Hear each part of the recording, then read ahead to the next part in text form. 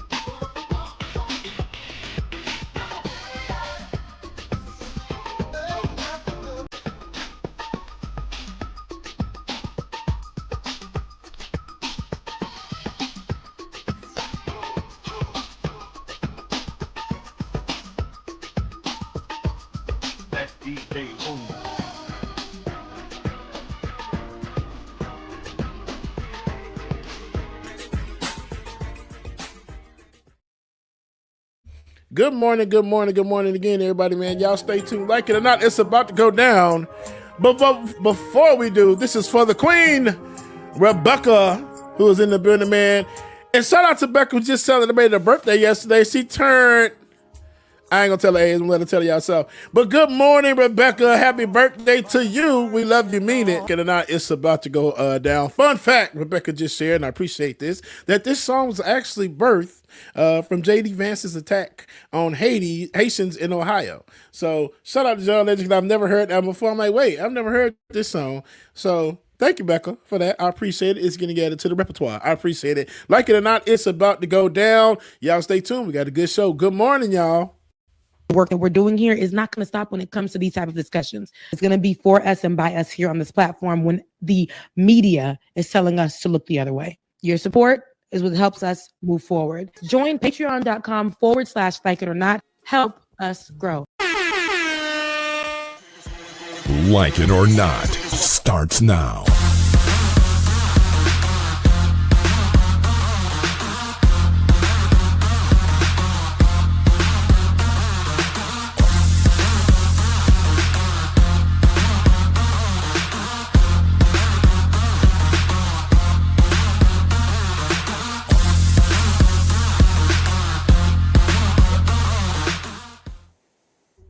Good morning, good morning, good morning.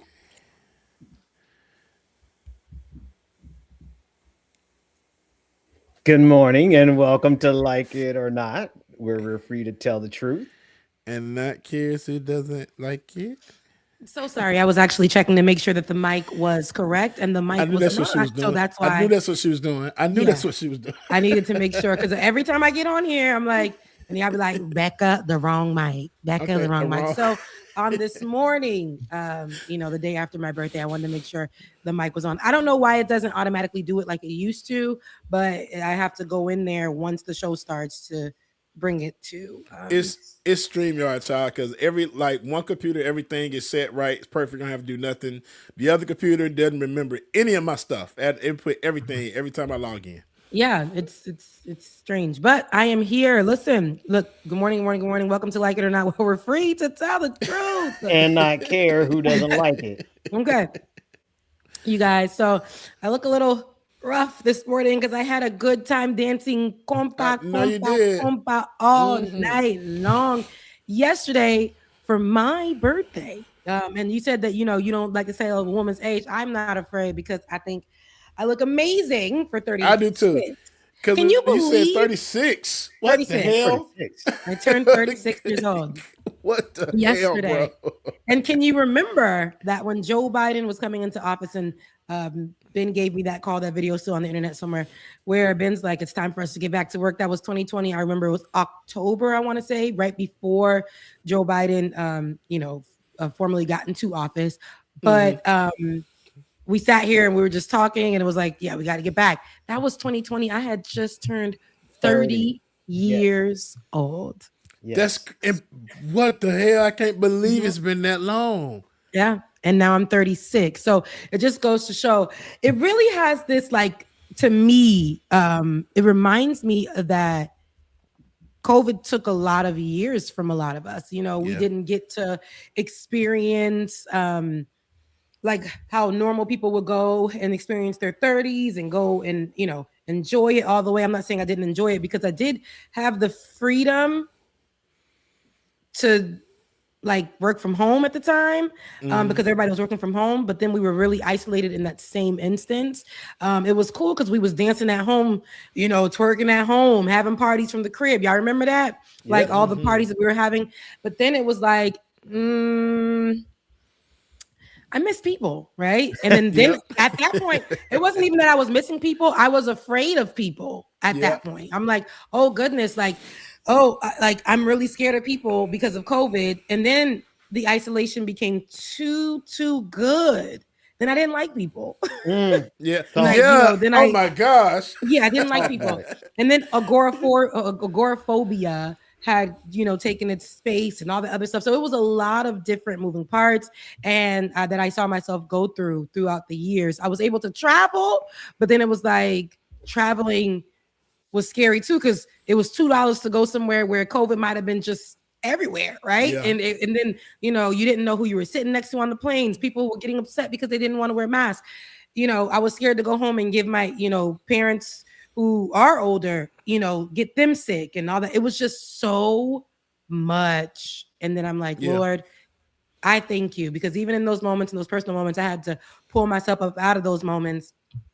I really, really thank you for letting me see 36, because there were days that were way too dark. Come on. Mm-hmm. Okay. And I was just like, man, I don't know. I really don't know. I had to come up on here and give y'all a little love, but the days were feeling like I can't do it. Y'all saw us crash out on here. Y'all saw a lot of personal things happen in the life. It's just like, I'm just grateful to make it to 36 also, because all those years that were, I felt like, taken from us I'm like, can be given back if you want it, right? We can never be that age again. Those are times that we had, but it's almost like I always say, what the world takes, God can give it to you back tenfold, right? You just have to be in position. You just have to be ready. You just have to be aligned. And I feel like that's kind of where I am right now. Whatever the world throws at me, I know that every day I want to see that day. So I'm going to accept it. So at 36, all I wanted to do yesterday, I went to the garden. I spent it in the garden. I woke up, y'all know I woke up late, all tired. But I said, I want to go be one with the earth. I want to go see and feel and smell. Cue up the photos, been there on my page on Instagram. But I went to the garden. I had a really good time. I just enjoyed my feet on the ground. I enjoyed the colors. They had a poppy seed garden. This is a garden of a place out in the outskirts of where you can't go alone or you never drive when the sun is down type places. But they had a poppy seed garden. They had a rose garden. They had all these things. And as I was walking by, I was just like, watching all the, Mexican people maintain the yard so beautifully. And I say this because I'm like, this used to be a private garden where nobody can come back in the day. And now it's like open to the public. And all the people that are complaining about Mexicans going on their business, this is a white owned land. All the people that are complaining about Mexicans going on with their business, they're the ones taking care of lands like this, because the white folks can't do it. Right. The white folks, the people that are holding up these businesses are the immigrants and things like that. I just thought about that as I was grounding myself in the beautiful poppy seeds and all the things. I'm like, it ain't gonna be like white folks that just got money that's just sitting around saying for people to go home. Y'all ain't gonna have nobody to cure your lawn. Yep. To make it beautiful. To me, it's a gift when somebody knows how to build something with their hands and curate the land and make sure that it's beautiful and make sure that it's watered properly. And I can tell that this is something that they do every day. And meanwhile, the white folks is in the big house doing whatever. I'm like, they like, would you like to go up to the manor? I absolutely won't. I'm gonna be over here with my people in the yard and watch as they pick up the plants. That was so fascinating to me watching them do that. I absolutely loved it. I was just saying hi to each one that passed by. Hey, how you doing? I love what you did with the garden. Yeah, that's what I was doing yesterday. But it was that. Ben, you didn't queue up the pictures on my Instagram. I wanted people to see. Oh, I'm sorry. I didn't even. I was on a whole different mission over here, getting stuff outlined for the show. Let me go to Rebecca's Instagram. Absolutely. And So, what's your handle again? The songstress? and no, that's not that. It's not that anymore. I changed it. It's in Becca's voice. I changed it. And that's right. That's right. In Becca's voice. Okay, go ahead and keep talking while I pull up your images. No, with that being said, that's all I wanted to do yesterday. I really just wanted to just do things I loved, which is go outside. And then I went to go dance compa. As you guys know, yesterday was my birthday, but it's also Haitian Heritage Month. Monday is Haitian Flag Day. Okay. Look at that. Oh wow. Yeah, those are the poppy seeds. The poppy flowers. The seeds are on the inside. Yeah, I like that. Yeah, that was me yesterday. And it's all sun, no filter, all God. Yeah. So I loved it. So these were wonderful. Yes, Becca. Yeah, it had a really good time. Just Wait a minute, where are all those poppy seeds plants at? Where's that? It's at Gibbs Garden. It almost looked like that scene out of Wizard of Oz. Poppy Right? It's even fascinating in person. It's a drive. Like I said, those type of drives are not the ones you go on by yourself in the nighttime. I don't know about night. Is it safe at night? Is it Fort Valley? It's actually Ball's Ground. That's what it's called. Ball Ground. Ball Ground. Okay. Yeah. It's so anything to me when you go north, or too far in the other areas from the south, you get to a point where it's like we ain't home no more, Toto. Right. But if you're not on 75 South. Yeah, it just yeah, if you go too far. But like those are where the little spots are. However, they do have them in Atlanta. My only problem is you got to pay for parking. Yep. Once you pay for parking, you got to pay to breathe.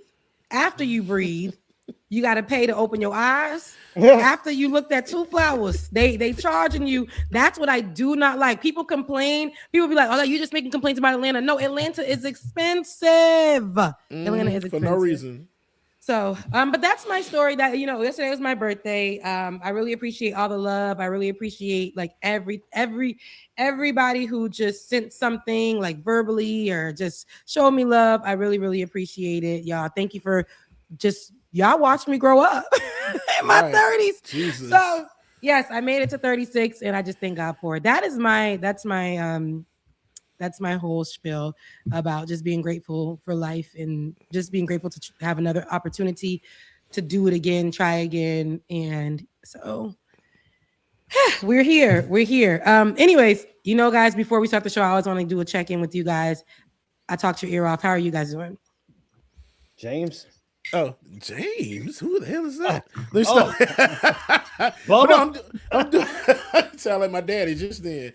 But no, I'm doing pretty good. It was I celebrated Rebecca last night because I DJ'd for the elementary kids for a 5th grade dance and then DJ'd at the club last night. So yeah, Beck, I was drinking just for you last night. So happy birthday. With the kids? No, this was after the kids. The kids was from 6:30 to 8:30, and the kids was from 10 to 2. So yeah, it was fun time though. Fun time. I But love that. doing pretty good. Still looking for work. So anybody know anything, let me know. I'm here. Okay. Absolutely. I hear that. Absolutely. I hear that. Ain't nothing going on with me. Just same old, same old. Actually, whenever I say nothing going on with me, that's always not actually the truth. Truth, right? That's just what you say publicly. But I got some gems getting ready to drop. So that's what's happened to me. I got some stuff that's coming up this weekend and next week, just going forward. I'm just going on a blitz of everything that I got going on and putting out with not just politics, but AI and religion, everything, man. Everything is cranking, Rebecca. So it's all good. And I'm about to in a couple weeks, I'm about to be I forgot I'm a whole decade older than you. You are. And I remember that same week you were talking about we got started again back in 2020, was leading up to my birthday, James, when you came on and DJ my 40th birthday. Now, when I pause and I think about how many years have happened since that birthday party and how much has happened, had your boy known all the stuff that was going to transpire in these 6 years, I might have drank a little bit more at that party. That's all. Ooh. No, for real. Let me tell you.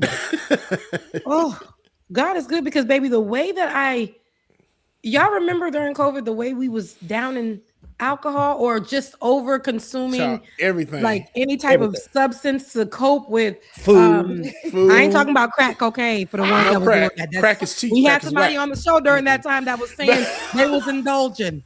Who? What? Who? Ben says who every time, Becca. He says who every time. Dr. Carl, his name was Carl, not Mac. Oh, that other Carl. The other Carl. What is that man was going viral every single day? Yeah. And then he said he did it with his child. What? Hang on, I gotta. Oh Lord, no, his adult child. His doctor. Oh, okay. Drugs, and I think he's from Colombia. I gotta find him because I want to call it Carl Hart. Yeah. Carl Hart. And mind you, he showed up on our show. He showed up on our show very put together, because we were so inviting, right? And then he got up on. He went to, I want to say, the Breakfast Club. Yes, he went to the Breakfast Club with goals in his mouth. Yeah, he went to the Breakfast Club. He switched up, and they were like, "Yeah, why you do drugs?" And he was like, "See." He reposted our show after he went viral on the Shade Room. He reposted our show and said, I was invited to this show and they understood, like they let me talk, even though we had maybe difference, they wanted to know and be educated properly on it. And he's like, see, Charlemagne, a fool. He don't know how to talk to nobody. So he properly showed them how, because he did say he would rather be the one, if their child was going to go out and do it anyway, to teach them how to do it properly, because so many people are dying from overconsumption of drugs or whatever the case may be. But I say all that to say we were all over consuming something, because the way I was starting to turn into a big back Cadillac. Oh, Rebecca. Knick-knack, a Buick. An Escalade truck. A Suburban. Oh, Jesus. Not even a minivan. Okay. God didn't create, and people know what I mean. When you got a certain type of body shape, God don't be creating you to be like, you can't, because then, I ain't got no hips, but I got a little butt. When I began to become a big back Cadillac, my butt was shaped like a triangle. I said, absolutely not. Absolutely not. When you're a slim girl, you can't be walking around. You already ain't got no hips. Why? My butt was shaped like a triangle. And I wasn't aware, because overconsumption of things. Yeah. You sitting there, I'm going running, I'm doing all the things. But then I was like, I had just moved into my apartment. I'm calling because I don't use any of these services anymore. I cook a lot more often, but I was calling Uber Eats. Uber Eats to come bring me a Firehouse sub, because that was the only thing open on my street. But I wasn't eating the half of the half. I was eating the football. Oh, I don't eat those type of sandwiches. But again, overconsumption. But Rebecca, I didn't feel, and maybe it's because I'm older, right? And I'm sure my kids would disagree. But from my lens, I didn't feel like we lost those years. I just felt like it was just a real huge transition on the earth. Like everything changed. It was not lost those years, but I didn't get to. It was a transition. But when people turn 30 or they're doing whatever. It literally was not what I expected. How Job it loss. used to be. Mhm. Yeah, job loss, God. literally loneliness, Oh. like family breakups, you know, political things were happening at the same damn time. COVID, that uprising, you're by yourself, it's so silent in the earth. You're having to try to get your brain to understand this is not just a party on Zoom anymore. This is not just your favorite, you know, friends, you know, connecting online anymore. This is actually real. You got to go get a shot in order to go up the street and around the corner. You know, in order to go into certain stores, you got to show your card. It was an eerie time that I thought I was able to get through. And I was in the beginning, but then stuff started happening and I was not mentally prepared to take it all on. Yeah. So in that time, it was a transition. I don't think I lost the years. I wasn't prepared. So and I didn't know how to properly like get myself through some of those moments. Heavily in therapy. Relationships that were romantic and were cute, you know, in the beginning, those breakups became like a little grand because it was like, oh my gosh, I just lost something else, right? You know, it was just a lot of you're watching yourself change. A year felt like 5 days. Then you realize, oh my gosh, like then you think that, oh, this is gonna be the year I get it back. And you're carrying all the stress or the loneliness or trying to understand why you're not getting it back. But you're having to unpeel the fact that you don't like people. you're having to unpeel the fact that you're scared that if you go around a large amount of people, you're going to get sick still, right? You're having to unpeel the fact that you are not the person that you were the day before they sent you home from work. I still ain't going around people. I'll be honest with you. I ain't going without a mask on at a certain, like if it's 100 people around me, I'm throwing on that mask. I'm sorry. When I tell y'all, we made it out. I think Ben too. You had family, like you had your wife, you had your unit, you had your children. Yeah, that's a big difference. I'm not saying that it was easy, but I know that you know you had a partner to do it with. People who weren't living like at home with their family members, people who were just like alone.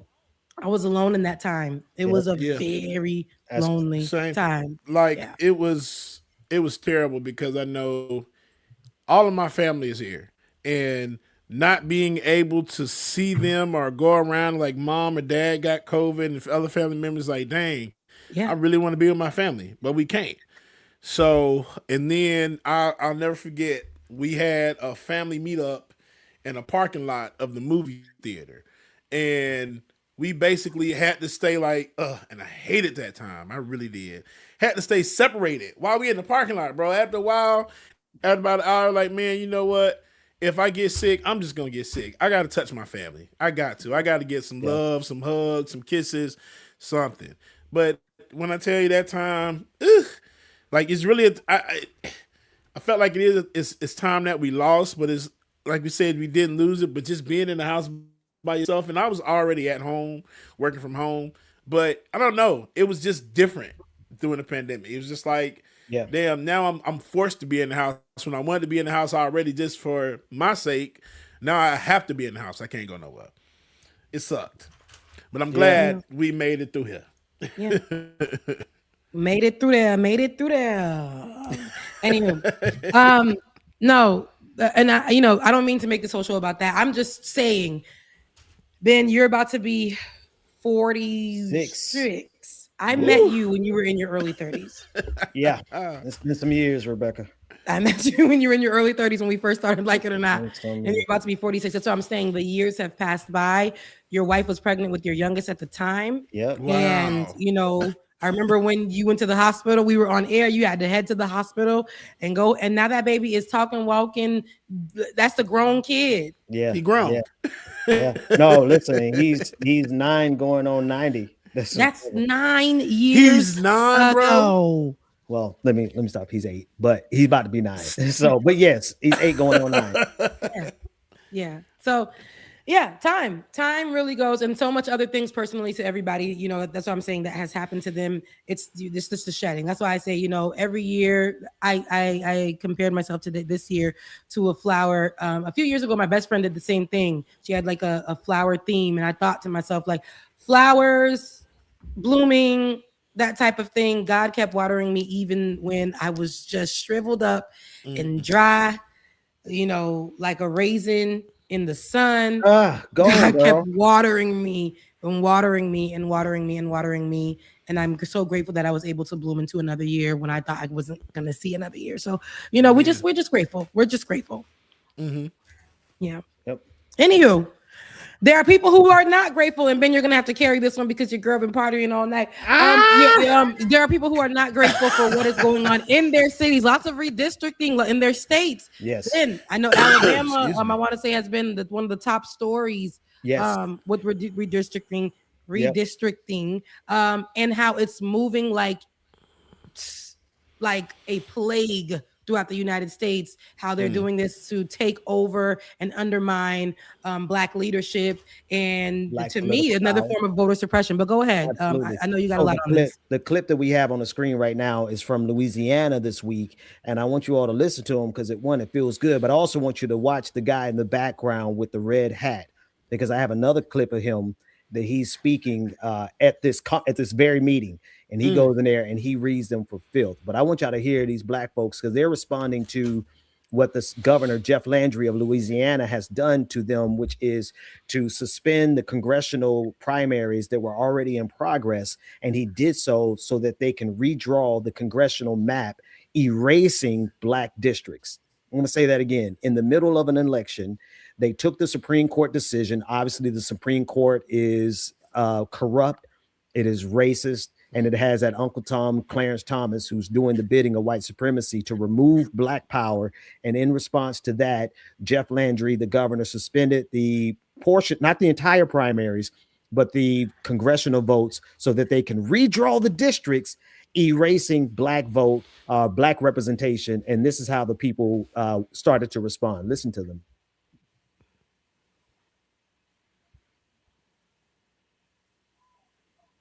You know what? I just realized you probably can't hear the audio, can you? No, it happened.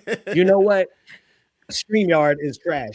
So that's the setup, Rebecca. I got to refresh my screen for y'all to hear it, and I'll come back and play it. And then I'll go ahead and tee it up. But so with a lot that one of the biggest things I think that we're seeing from this is, again, I say this is a form of voter suppression. The other day, one of my friends, she went out to go vote in our area, right? Mm-hmm. And with that being said, she went to where they have it by nonpartisan voting cards, where you're going in and you don't know who the hell these people are, what parties they're connected to, what real positions they're having. It's basically it's called nonpartisan voting cards. And how they do it is they'll send you the template with the names, and so you can look who they are, and then the template, you can bring it with you. But we're talking about people who, we know this is true, and I'm not saying that this is the best thing, but we know how people vote. And especially today, a lot of people are voting to just get this administration out, so that if that looks like to them, I'm going to vote blue no matter who, like that's what they're going to do. So they're like, okay, if they don't know who it is, really what positions they are, just this name and what area, that's cool. That's how we're going to do it.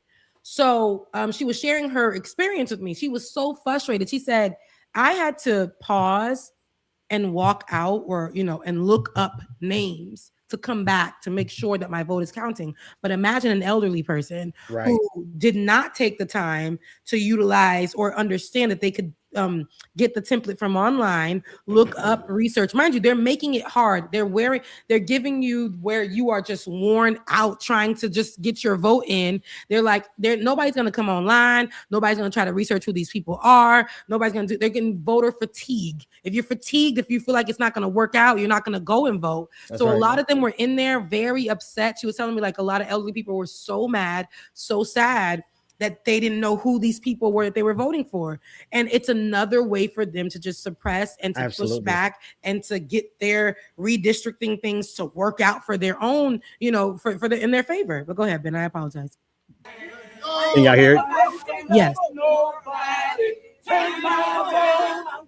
Take my vote. Take my vote. I ain't gonna let nobody take my vote. I'm gonna keep on walking That's the guy in the red hat.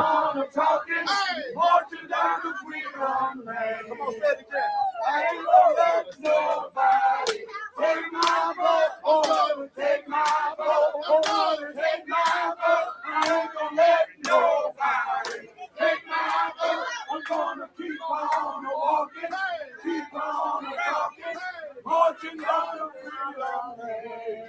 Now, y'all know I love me some old black elders, right? And I absolutely love that. But this brother went into the building, and this young brother who was in the red shirt read them for red hat, read them for the field. Let's listen to him real quick. CT would do it. I have no doubt in my mind that the map's gonna pass. If y'all can give us less than 0, CT would do it. Y'all do this under the orders of somebody that said the Civil Rights Act was harmful to white people, that it caused reverse racism. RFK said that black children are overfilled on antidepressants and that they need to be reparented on different forms, all of them.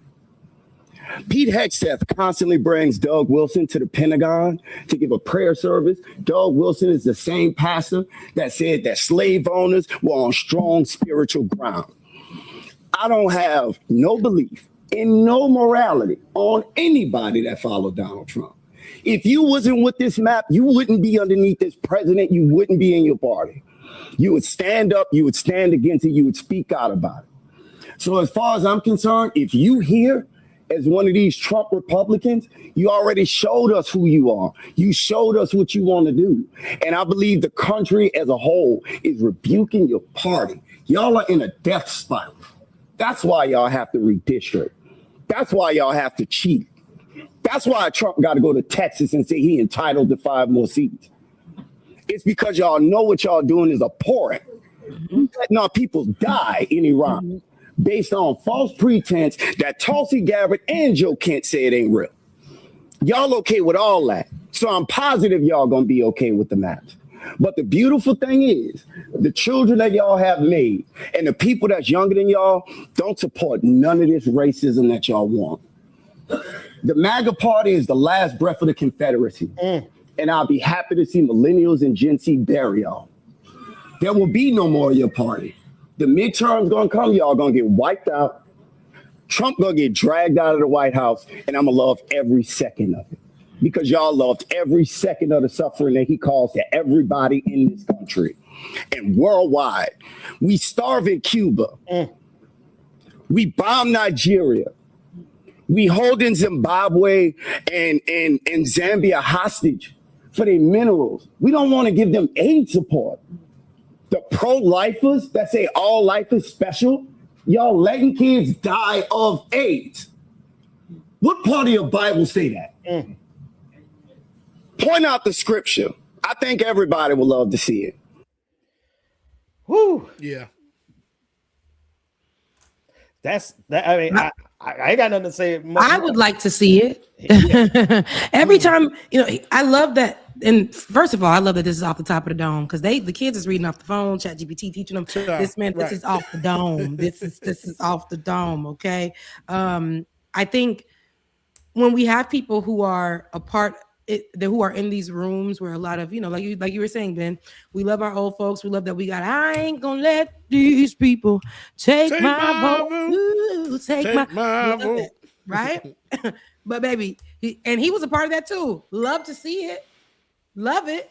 But now we're gonna get down to some talking business. That's right. The elderly did what they needed to do for us, right? And now it's time for a lot of us to start stepping up when we are in those rooms. Yeah. Like, hey, yo, yeah. That's all good. That's all good. But here's what we gonna say: you ugly. You ain't doing everything. Like, honestly, to be truthful, get in those rooms and start calling a thing a thing. And like, you can tell this is not somebody who was looking to go viral on the internet. It's literally like, I'm here to say something. Is this mic on? Is the megaphone on? You guys are literally taking away rights right in front of our face, right in front of our noses, and telling us that this is legal. The same way you did this with civil rights, same all those things. Yeah. Absolutely not. Yeah. And one last clip before we move off of him, Rebecca, was this when one of the city council members tried to come at him, and it didn't really go well. Take a listen to it. your hat says Trump was wrong about everything, it should say you are wrong about everything. That's adorable. All right. The board is clear. The board is clear.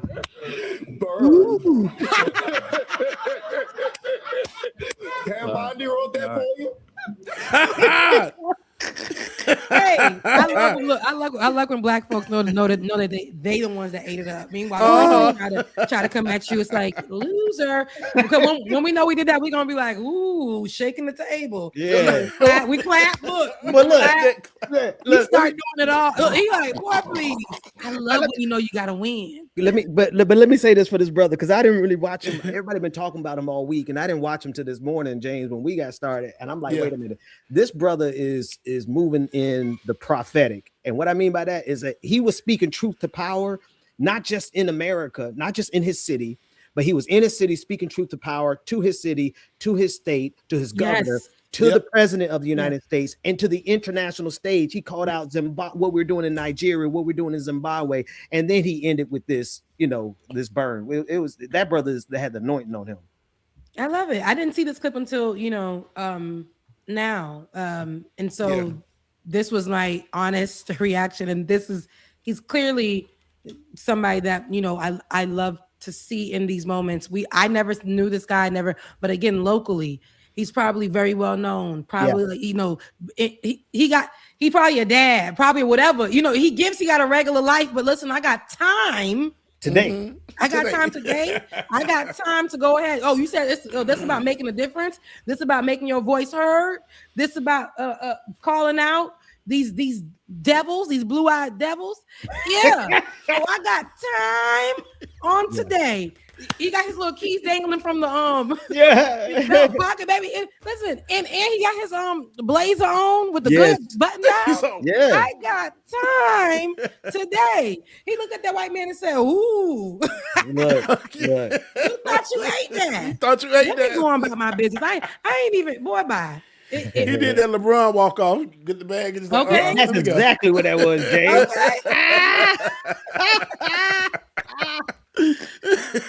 I love it.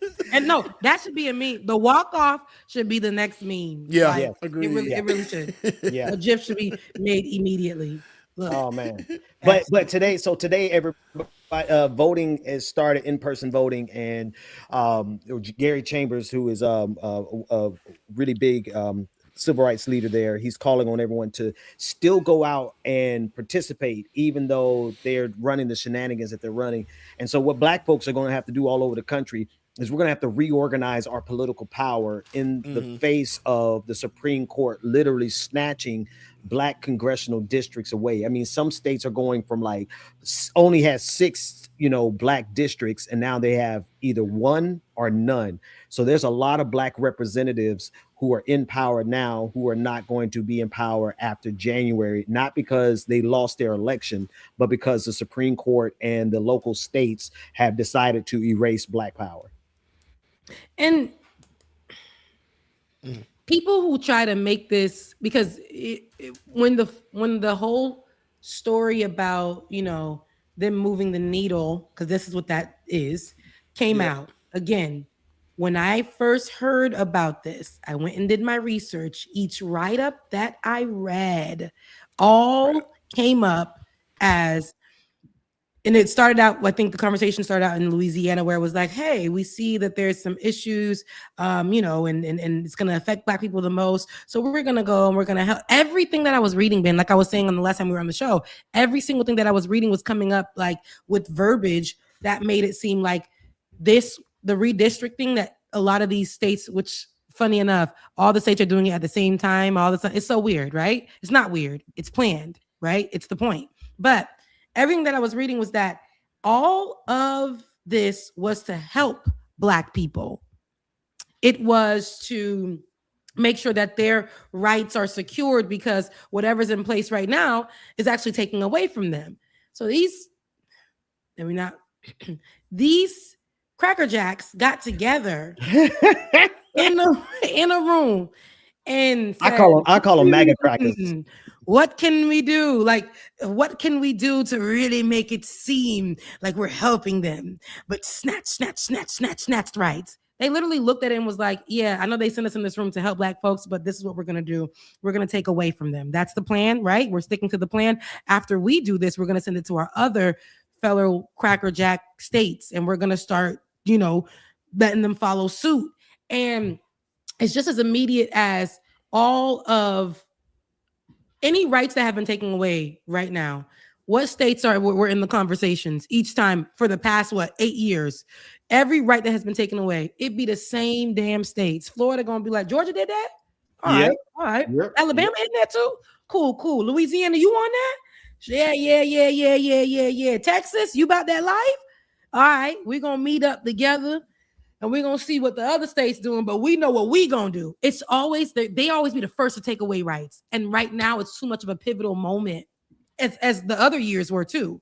But we watch how they snatched, no matter how much people were rallying out in the streets, they were like, we're still going to take it away. And that's what I feel like is happening now. So to be locally in rooms like that man was doing to call people out, I think is what we have to do, because it's not about being nationally seen. It's really about going into it might be a town hall meeting that they having that nobody's showing up to. That's right. And they having these conversations about redistricting your area. Right? Everybody else is on board, but you don't know what's going on because you're in conversations online when right in your neighborhood. That's right. They done pushed your vote and they pushed all of that out. Now you ain't even we don't have any representation in the areas. So yeah. Upset. And you said something really important there, Rebecca. You always do. But what you said is a lot of times we're online and we missed the fact that there was a city council meeting right there in our city that had we gotten up and gone to and just said a word, said anything, make your peace. You could have applied pressure. Now, does that always change the outcome? No. And we got to go beyond just showing up. So everybody who showed up, that's the first step. God bless them. That's the first step. It's got to be applied political pressure. Yeah. Applied political pressure. We have to organize to make these people make them rue the day that they ever try to steal our rights from us. And so what's great about that is that people are organizing all over the country. There are protests all over Alabama and Louisiana today, right now, where people are up doing the next step. So the first step is easy. Everybody sound off on social media. The next step is a little more difficult. Get up and go to your local city council meeting. The next step is even more difficult. Get up and go to the protests. And then it gets even more difficult from there. But if we don't do the necessary steps, we're going to be in a country without Black representation in a nation that has already shown what it wants to do to Black folks throughout Black American history. And Ben, I want you to really talk about and discuss when this happened in Alabama, why it was such a big, like a big bullet wound, because people are like, oh, well, it's Alabama.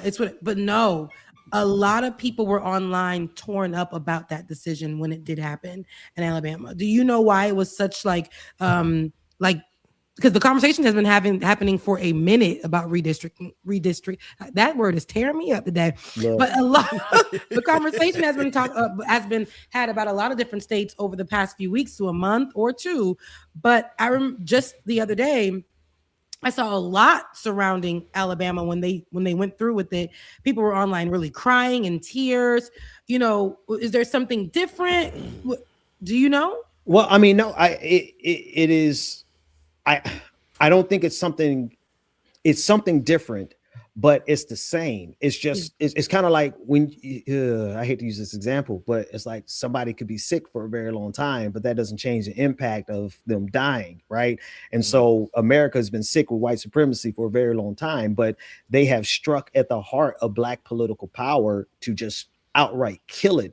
And, if you think about from Alabama's perspective, all of the steps that were specifically taken from Alabama, the Montgomery bus boycott, the march on the Edmund Pettus Bridge on Bloody Sunday, where John Lewis had his head cracked by police officers. You saw and actually, I think I have some of those images here from that actual march, right? So it's been a consistent fight to get Black power, Black political representation in this country. and we've seen them unraveling it step by step, specifically since George W. Bush appointed John Roberts to the Supreme Court. That white man's only agenda for his entire life has been to undo the Voting Rights Act, and piece by piece by piece he's been doing it. And now the final piece that they shot down recently literally just went in and gave white folks the ability to completely erase Black power. So I think it's the acute moment of realization, like, oh, these MAGA crackers really mean business. Yep, these new congressional maps that they're waking up with the next day. Again, pushing the needle further and further. They're creating this blueprint for the other states to follow suit. Louisiana being, one of the top in the conversations. And now right now they're working to make sure they put that nail in the coffin. These pictures that you're sharing on the screen right now, if we look at years that are attached to these photos, it's not that long ago. A lot of these people are still living who experienced these things. So imagine how long it took for us to get to this moment to what it has become now. They're trying to take it away. Who is trying to do this work over again? Are we going to have to? Absolutely. This is just one of those moments where I say, it's nice, right, to invite the lady that wants a bouncy house for her damn kids to the rallies, but the people who got us here, right? The people say you ain't gonna let nobody take they tired. That's why they can only sing, because they was a part of the movement where the dogs was eating up their arms, where fire hoses was all up on them, where they were willing to risk job loss. Look, and that's what's so important, Rebecca. Like the elders showed up, they sang, they were in the audience. But that young brother, he went out there and said, listen, I'm going to close the deal. Elders, y'all set it up. I'm going to close the deal. And he made this moment. And I like what you said. That man wasn't trying to go viral. He just has something to say. And so it's going to take both generations. It's going to take our elders who did the work already, but it's going to take us, the younger generation. It's relative. I'm about to be 50 soon. So you know what I mean? Like that's relative. So we ain't the young folks, but we certainly ain't our elders. But everybody got to do their part. And there's one more clip when you're ready. I want to share Brittany Packnett, who really said what needed to be said about what's happening today. This is happening all over the country today, folks. Take a listen in. We've been referring to this as a new Jim Crow era, which means that we are in need of a new Reconstruction. It's about us to set the vision for what's forward, to understand that when Reconstruction was ended previously, there were 70 years that occurred before the South had another Black representative in Congress, when Andrew Young and Barbara Jordan were elected from Georgia and Texas, respectively, in the 70s. But in 1901, there went from 22 Black representatives in Congress to 0. It took 23 years for us to get more Black representatives and 70 plus years from the South. So we know where they're trying to drag us back to. We understand their playbook. And because we have their blueprint, we're writing our own. We've been referring because we have their blueprint, we're writing our own. And so happening today all over the country. And matter of fact, I just got word that my people are going to be at a protest in about 30 minutes. I'm not going to go in 30 minutes. I'm going to go in about an hour and meet them out there. But all over the country, there are today is a day of action, particularly for Black power in politics. Because ultimately what they're doing, I don't know if y'all remember that phrase from high school, no taxation without representation. But that's what they're doing. They are getting taxes from Black folks, right? Every one of us come tax day, we got to file them taxes. But now they're stripping away our representation. And that's literally the reason the United States of America even became the United States of America. We went to war with the British, the colonies. I'm saying we, well, there was a Black person. There was many Black people there, but y'all get the point. It was still a bunch of slave owners who went to war with the British because they wanted to tax the colonies without giving them representation in the House, in the Parliament in the UK. And so here we are in 2026, and they are expecting Black people to be good citizens without representation, and it just don't work like that. No, it really doesn't. Did we lose Becca? Yeah. Oh, she's here. She's back. She's there. Home shut down unexpectedly. As Ben started to talk about taxation representation. Yes. They just shut me off. They shut me down. So anyway, that's where we is. That's where we at. Yeah. Okay. I don't know where you ended, but absolutely, Ben. I thank you for bringing that up. That today I seen that as well online. That a lot of people are going to be using this time and today to make sure, because what the woman that you just showed said was, you know, we got their blueprint, now we're creating our own. The funny part about it, that's what the Cracker Jacks felt like they got, right? They felt like, oh, we have their blueprint. We know what they need. So let's get into the room. And even though we said that we'll be helping them out, we're going to look at their blueprint and take away from them. Meanwhile, it's like, are you talking to black folks that literally were like, if this didn't work, we're gonna find another way?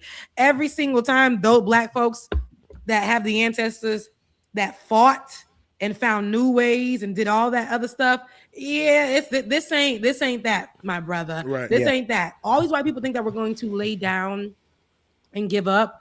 It's not going to be that. And it's up to us, especially because I live in one of those states, man. I know that you're in one of those states wherever you are in the world. I know, Bubba, you're in you're right up the street from me. We have to deal with this. And then I'm from another state where they just embarrass me every single day. Florida, right? And all of these states are a part of it. But we're going to see what comes out. Again, these congressional maps that are coming out with the redistricting and putting black folks or lessening and removing like majority black leadership that actually helps people. Again, this is another form of voter suppression in some form. Like this is another way to cause voter fatigue. This is another way to make people feel like their votes, you know, it don't matter. This is a way to make people feel like they're going to stay home. So today, like you said, and until we see a change, it's going to be to really get out there. Like this woman was talking about, speaking to your local community leaders, going to those meetings, because they're counting on you not to do it. Yeah. They're counting on you not to do it, because if you don't do it, your elderly grandmother ain't going to be able to know nothing.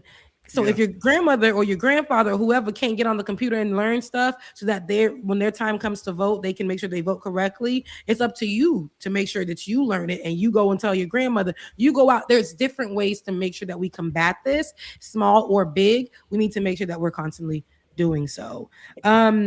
There's one other detail, Rebecca, that people are calling for, and I think this is where the real power comes in, because they're calling for people to tell their nephews, their sons, their grandsons to boycott playing in the SEC, the football division, right? And that includes all of the major state teams that everybody loves to watch. I mean, we're talking about an industry that rivals the NFL in some ways.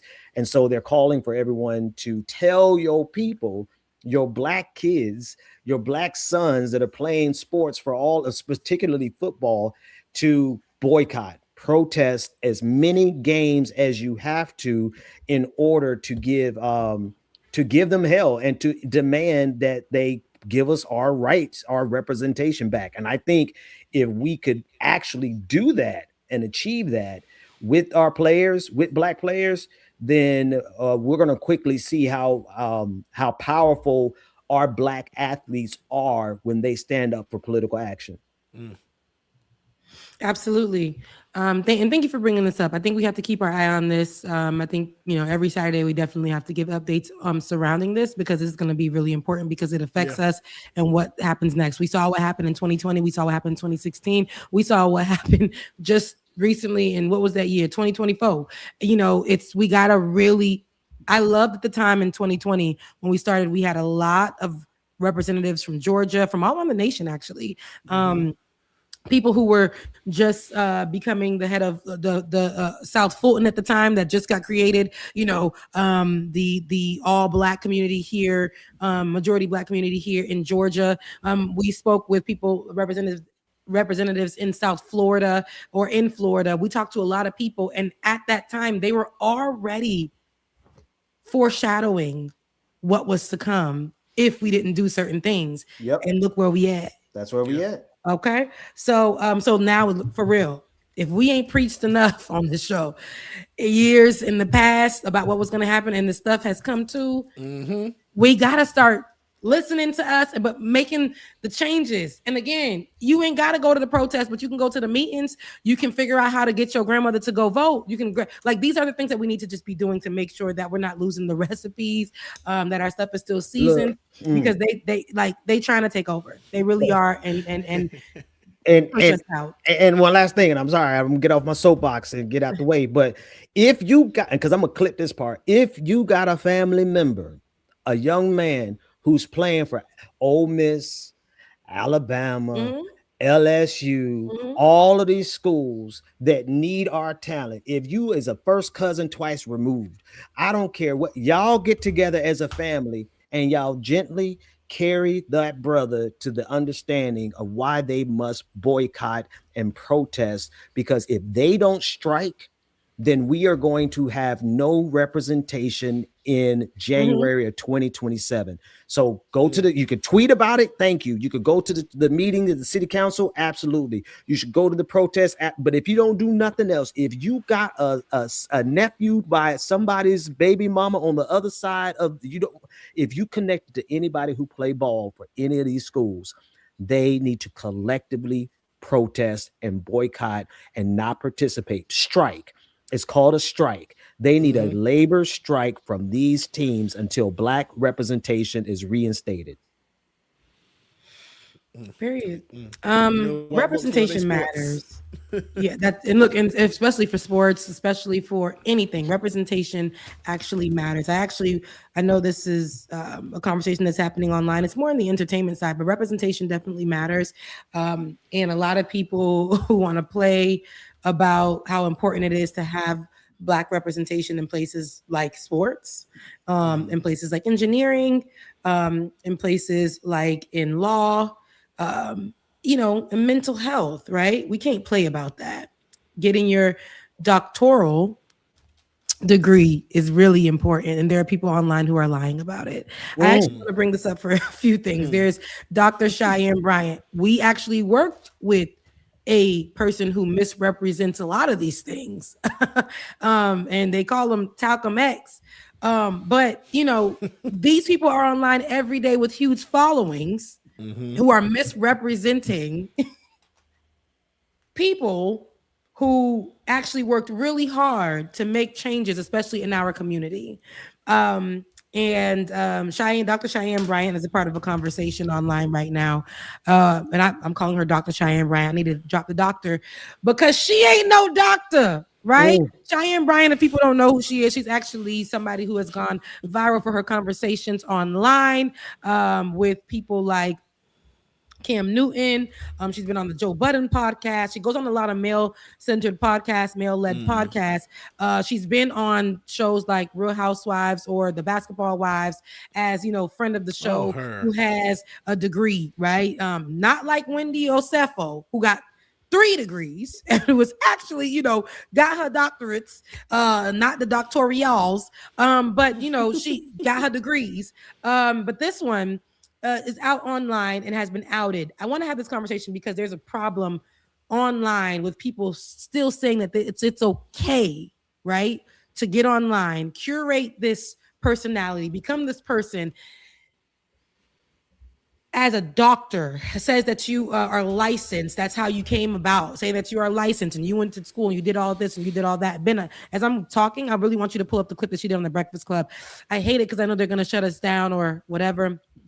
But I need people to hear what she said on the Breakfast Club, because this woman has done interviews because she's been outed, right? She's been outed as somebody who is supposed to be not like she's a licensed mental health practitioner, doctor, whatever. And she goes around and talks about relationships or talks about how women should be or how men should be, or, and a lot of people follow her. People lean on to this wording that she has that a lot of time to me is wrong, but who are me? She's been outed as somebody who doesn't have a degree. She said she is promoting a book of hers right now. And she was outed as, hey, like, where are your degrees? She has a plaque wall filled with all of these accolades that include like, oh, you know, for best speaker here, or for your job done well, you know, job well done here, for, you know, you coming to speak at this graduation and this and that. But where is her degree on that wall if it's not there? Let's take a listen to what she said on the Breakfast Club. The face of people who have literally gone through the blood, sweat, and tears of the programs to become one of the minority faces in these positions. Absolutely. You don't get to come on in these spaces and just say crap. My problem is with people like this, there is a cult following that sees this and says, y'all just jealous. Yep. Y'all just jealous because y'all don't, it's just y'all hating. Y'all don't know. This is actually problematic because this person is sitting in seats that many people can hear and giving advice, and also has said that she's diagnosed and has clients and that she meets with people on Zoom. And lady, you are a glorified life coach, which is nothing wrong with life coaches, but you are not a therapist or a mental health expert that's licensed. And it's problematic because there are people who need the help, and you just put on a dock chain because somebody called you that. Platforms like Real Housewives of Atlanta have a lot of people who are on there who do not have licenses, but they are putting them on as if they are these things. It's problematic. People are following suit right off of a cliff. And she thinks, somebody else brought this up. There's a pretty privilege here, right? Where they say they accept it from her because she's light skinned or whatever. She's beautiful. And she said, you know, that's one of her values. She knows that she's gorgeous. She knows that she's beautiful. She knows, ma'am, but we know you don't have a degree. People like you are problematic in our community. We cannot have people leading causes because, to me, mental health is such a big thing, and it's been taboo in our community for so long. And here come your behind, Right. with the terrible high bun on every microphone that you've spoken on, have come over here, and you're literally leading, and she's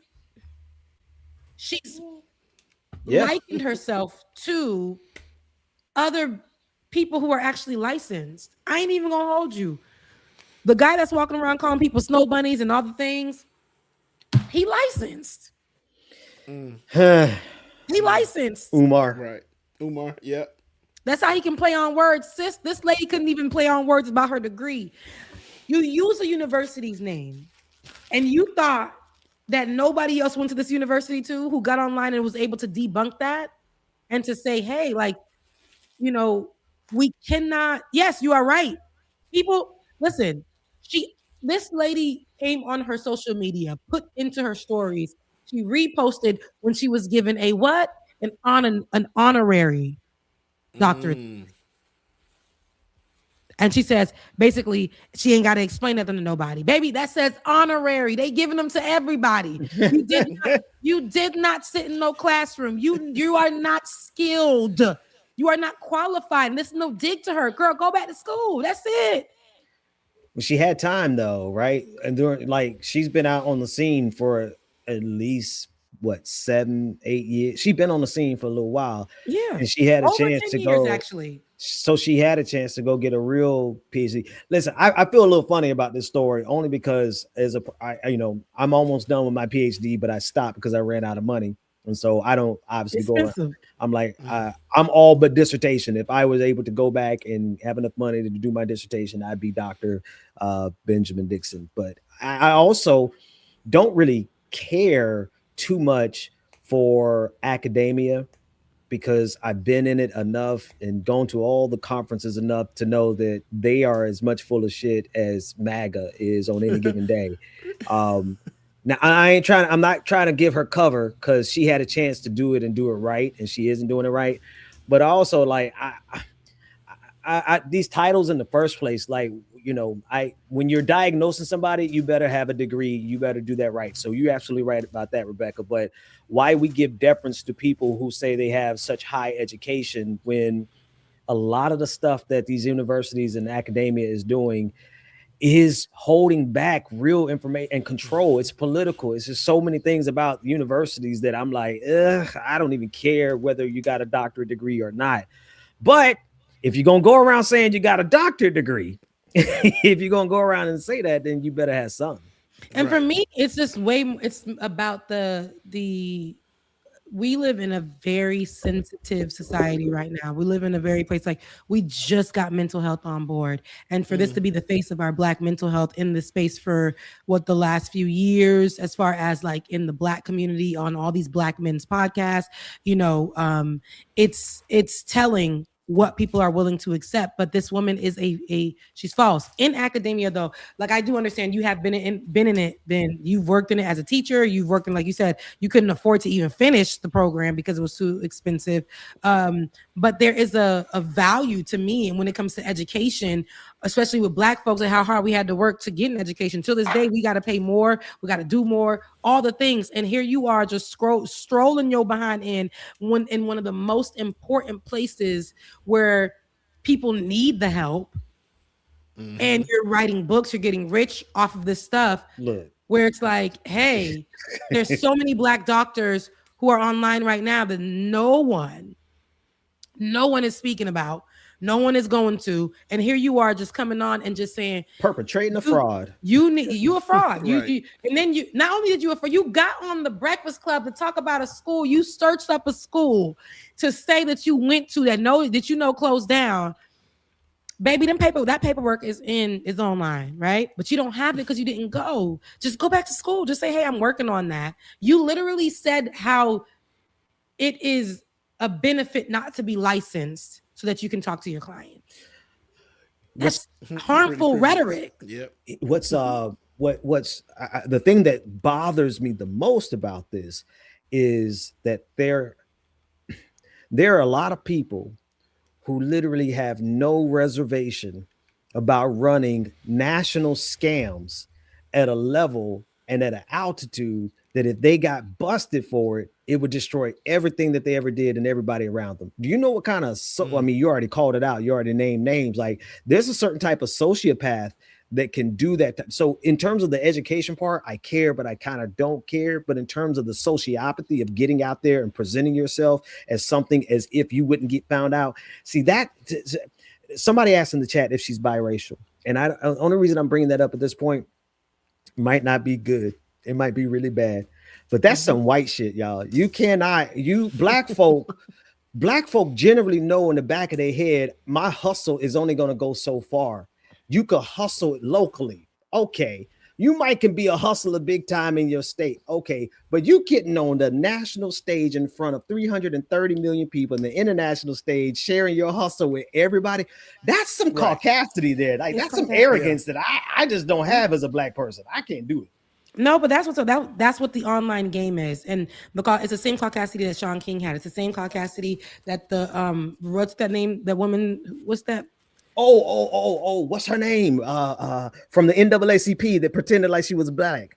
Rachel Dolezal. Dolezal, yeah. Okay, Dolezal. Yeah. She, like those people, they will fraud you, and they are going to be people like.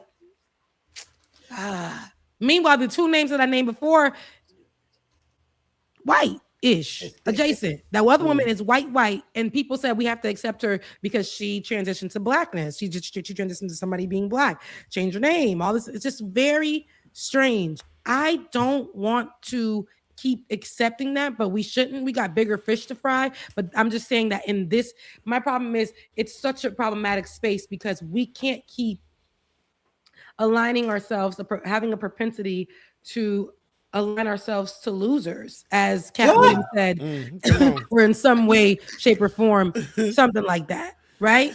You got a natural. He said a natural propensity to align yourselves with losers, and I don't like that for you. Wait, who is he talking about? He said that on his show. Remember when on the show that opened they said the floodgates and let out so much stuff. Oh, you mean on the show with Cat Williams? Yes, yeah. Oh my. Now goodness. speaking of that, another person that's outside shucking and jiving for the people. I ain't talking about Cat.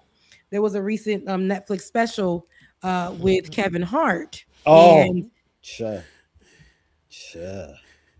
not you said sure. bruh. Like I don't know which one you want. You want bruh, you want child? Because It's too I was ready to much. fight. You guys, I only saw clips.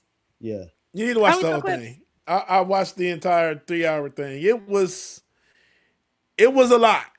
It was funny as hell, but it was a lot. It is not for the faint of heart. If you're one of those comedians or comedy people that likes extremely dark, racist, no holds barred, and say whatever the hell you want to say kind of comedy, definitely will be for you, because there was nothing left off the table. And it just goes to show you what people would do, likes, views, and money. When I say nothing left on the table, I mean Cheryl Underwood husband who committed suicide all through the roast. Oh, good Lord. George Floyd. It was a lot. It was a lot. I'm not gonna lie to you. It was a whole lot. Extremely funny, but it was a lot. It was a lot. But see, my problem, and I don't think we could play any of it here because then they really would shut down the stream. Absolutely not. My problem is at a certain point you got to have enough self-respect to say, hey, it's funny, yeah, but you know, you talk. I don't know, James. What do you think? Like, because talking about Cheryl Underwood's husband, that's foul, right? But that's an individual. Now you talking about, you know, mocking the entirety of the black community, and you're a black comedian sitting there and watching a white person do that. I don't care who you are. I'm gonna have some issues. Yeah. So a lot of the stuff they claim, I know with Cheryl Underwood, they basically called her and talked to her about doing it, and she said she was fine with it. She even did. A lot of the people that were there actually made clips after the show because I won't say how bad it was being talked about, but just because how everything was. Cheryl Underwood put something out. I think Tiffany Haddish, who was on stage, put something out. A lot of people that were on stage put out stuff, and I don't know. It was cool once you call and say, hey, is it okay if we tell a joke about your dead husband? Oh, that was the other one, Pete Davidson and his father. You know, his father died in 9/11. He was one of the firefighters during 9/11. Got him in there as well too. So, like I said, it was one of those things where nothing was left off the table, and I don't know if per se. I will say a lot of it was Netflix's writers. I want to say they were white. Oh yeah. 100%. I really think a lot of the writers for Netflix who did a lot of the jokes for them, because everything was read off the teleprompter, and a lot of the comedian was like, okay, I'm just going to scroll past that. I'm not going to read that. And some went back and still read it, but some just like ignored the hell out of it. But it was a lot. It was funny, but it was a lot. I seen the clip, so you watched it, right? But even just watching the clips, it just is unacceptable. We don't have, like, I know that with comedy, right? Growing up and watching comedy, people stretch, they go too far, they do all the things. It's naturally what comedy is. I grew up off of Dave Chappelle. I grew up, Steve Harvey. I grew up Bernie Mac. I grew up especially these black comedians.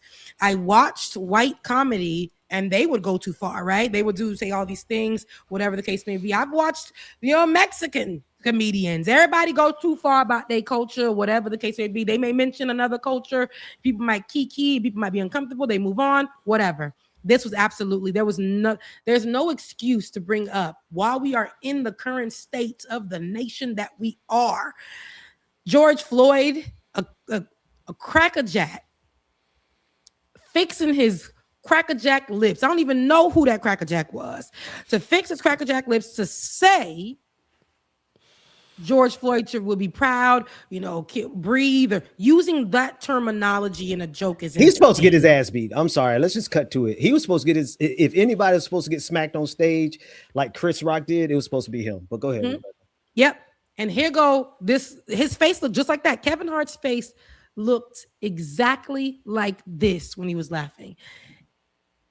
when Regina King looked uncomfortable majority of the time, I don't like how Cheryl Underwood is always in position and she almost opens the door to allow them to keep on highlighting these stereotypes about her and make like, girl, absolutely not. It's like they're calling you everything but a child of God. Speaking on, you literally had suicide is another issue, right? It's another issue. These people, and I know roasts, they're supposed to dig deep, they're supposed to dig in. There's a way that you can do that. You know who did that, who came on that roast and didn't name any of that BS, but called out his beef with Kevin Hart, reiterated the things that he said in his past jokes? Cat Williams. Yeah, Yep. Cat Williams. Mm-hmm. I was gonna say Cat. Yep. He was able to, that's what you call a roast. I'm coming in here and I'm putting a beam on your forehead, my guy. Everything that was said. I'm coming here and I'm looking at Netflix and telling them I ain't sold out to them, and they still gave me my own special. I'm literally calling out what is happening in this room as we're standing here. That's what Cat Williams was doing. And that's what I call a roast. You burning everybody here. They're going, white people take moments like this to go in and say things that they have said at their kitchen table, right? It should not. Why is George Floyd being named?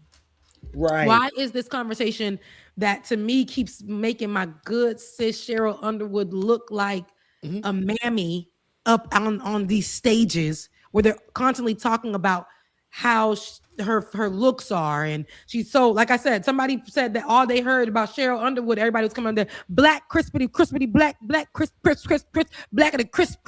That's what it felt like when they were talking about her. Husband died of suicide. Yeah, that's why he dead now. Black crispity black. Rebecca, comfortable. It wasn't that bad. I was like, James, you watched the whole thing. It wasn't that bad. But I implore you to watch it. Like I said, I don't think I want again. George Floyd was enough. And the George Floyd joke was, I bet George Floyd is looking up and happy at all of you.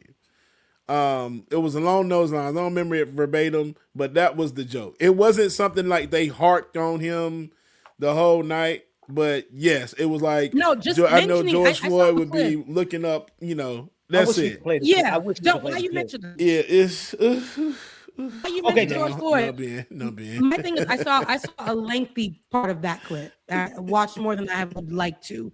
The beginning of it was whack. The middle of it was whack. After it was whack. I didn't see The Rock. Everybody applauded The Rock and how he showed himself a little black at the time. But again, white people use these moments to mention stuff. Cheryl Underwood got up there, and to me, all the white people that did, they did a little. They cut up some of the video. Of course, they cut up some things that could look different, but it doesn't matter. It was said. Every white person that got up there was just looking over at Cheryl like, yo, black ass, or saying something, but mentioning the suicide of her husband. I know she can take it. I don't think she should have to. That's what I'm saying. I feel like every time this girl gets on a mic, it's just easier to like really dig into stereotypes about her or dig into. But guess what? It got her a Netflix special. It's coming out soon. She just signed her. She literally just signed. She'll be having a Netflix special coming out soon. Oh my and goodness. this is kind of like goes into what Cat Williams was saying. Like they up here kikiing, letting these white folks write these jokes for him or do whatever. And next thing you know, they are now getting specials, that they probably would have never got before. And I just think in these rooms, I want to see like Regina was sitting there and stuff wasn't funny to her. She didn't try to smirk. No. When it was funny to her, she laughed. I will say this. Now that was Regina the whole night. She was playing a part. Regina was playing a part, I'll say. And I say that because she had straight face the whole night. And like it was certain things that she found funny, but when she got up there herself, it was almost like, now it makes sense why you're doing that. It was almost part of, I ain't gonna say like an act, but almost like an act. But she stayed very demure the whole night. Let's say that. Demure. Tiffany Haddish was also in the room. when they approached Tiffany after the fact and they had an interview with her, or TMZ on the street, whatever, they were asking her a question. They were like, mentioning George Floyd. A lot of people are saying that it was a little racist in the room. It was a little too much. Did they go too far? So Tiffany says on the People mic, was it comedians that didn't get invited in the room? And turned around like she just dropped the mic. Sis, somebody put, Tiffany always goes out of her way to disappoint me. She always is disappointing. I want her to win so bad, and she never fails to disappoint me. In these moments, I feel like Black comedians are back in a space where they can't say anything. There's no freedom where they can say things because it's going to make them lose their opportunities. They already don't have much. We don't see Black comedians as much as we did at a certain time in like late 90s. They were coming out. We had our own. Now we have to get Netflix specials. We have to get, before it was like HBO specials, but then, we would still have whatever that show was. I want to say Comedy Jam, I don't know, but they would have that. We would watch that and stuff. But now it's like it's Netflix or nothing. Netflix is the big go-to right now. If you're a comedian, you gotta get a special on there. We saw the writers. They took a picture of who the writers were. Some people outed who the writers were, and the writers were white. I don't think that is okay. I agree with you. I gotta listen. I'm in a different phase of my life. Like watch them out. That's it. I mean, because what our words have significant impact, and it's not that we can't take jokes, but I also gotta see who's saying the joke, because the guy who pulled the George Floyd joke is a pro MAGA Donald Trump supporter, and that carries something totally different than if Kevin Hart would have said the joke himself, right? And we got to be real about that. So, y'all are Netflix is trying to coddle and promote to a very specific demographic that they want to bring into the conversation. Now, I'm sure, there are plenty of other real problematic jokes all night long, but I think we can and should be like, hey, I got a problem with it. Can he say it? Does he have the right to say it? Free speech? Absolutely. But if we return in kind, if we really roasted them at the level that they were trying to roast us, man, we'd have another civil war in this country, because they can't they condition, but they can't take it. Yeah, no, that's exactly what it is. And I think that, while we laugh about it, this is what it just goes back to everything. They want us to just be cackling with all our teeth out, right? And for the people who missing them, I'm sorry, but they want us to be cackling with all our teeth out and just that's so funny. And then they're gonna sit in front of you and try that joke on a private time, and then they're gonna get slapped. They're gonna get smacked. They're gonna get beat down, right? It's unacceptable to be a Black person in that room and not stand up and walk out. Yeah. Sorry. Or at least at that part, you gotta. I just at that part, I'm not only gonna react because my Blackness. I pray my Blackness triggers and reacts, right? But also, you got to think self-preservation. Like, I don't want to be in a room where something is going down that I should have spoken up about and I didn't. And now everybody looking at me like, "Ooh, Pastor Ben was sitting right there. He ain't say nothing. Yep. Must be okay with him." Nah, bro, I'm good. And to me, but again, who are me? Am I too emotional about it? I'm still emotional about George Floyd. Shut up. Suicide is something that is a real thing. I don't think that should be a part, unless she's making that joke about her husband. Y'all, but again, it is a roast. I've seen roasts where people were able to roast people, and it wasn't even that. Let's not forget Cat Williams, who does not like, and I can't say doesn't like, but doesn't have a good relationship with Kevin Hart, invited to roast him. And I'm pretty sure it was already planned. They knew, something about, along the lines, something there. He didn't mince any words. Still was able to give a roast, calling out almost everybody in that room. Right? He mentioned Cracker Jacks being Cracker Jacks. He didn't have to use those words. He didn't, mention any of these political events or people, places or things in that way. Did he mention politics in a way? Absolutely. But when you are when you know how to do the thing, you know how to do the thing. When you know how to be a comedian, you know how to be a comedian. I'm pretty sure he'll do his next stand up and talk about this moment or whatever. In his previous stuff, we're able to see how he was and how he's grown. Kevin Hart just sat there in the same way he laughed at Cat Williams. He laughed at everybody else's joke like that. And I'm like, is it really funny to you though, Kevin? Is it really funny to you? There has to be a place where we draw in lines, because it cannot be shucking and jiving in the name of a Netflix special. In And 2026. problem when it comes out of a white person's mouth about the pain and suffering of a black person. I'm sorry, right now is not the time, because I'm fighting you on sight. I would have been running through the back of that audience like I was Duran, right? Bernard from the back, running up in the front just so I can get a Will Smith slap take about that man mouth. That's just how I feel though. Yeah. And granted, and that's, I know you, other roasts, there have been a lot of other roasts that I won't say have been as bad, but there have been some that have been equally as bad. So I don't want anyone to think that this is like a first. Yes, it was televised on a bigger platform, and I think that's the main issue. It was on a huger platform. Netflix has millions, maybe billions of subscribers. But there have been other roasts that have been equally as bad, if not as worse. So to me, it's perspective on how you take jokes. And like I said, I'm a comedian. I like comedians, and I've seen comedians that have been worse than what was on the roast. So it just depends on what kind of comedian or what kind of person or what kind of comedy you like or find funny.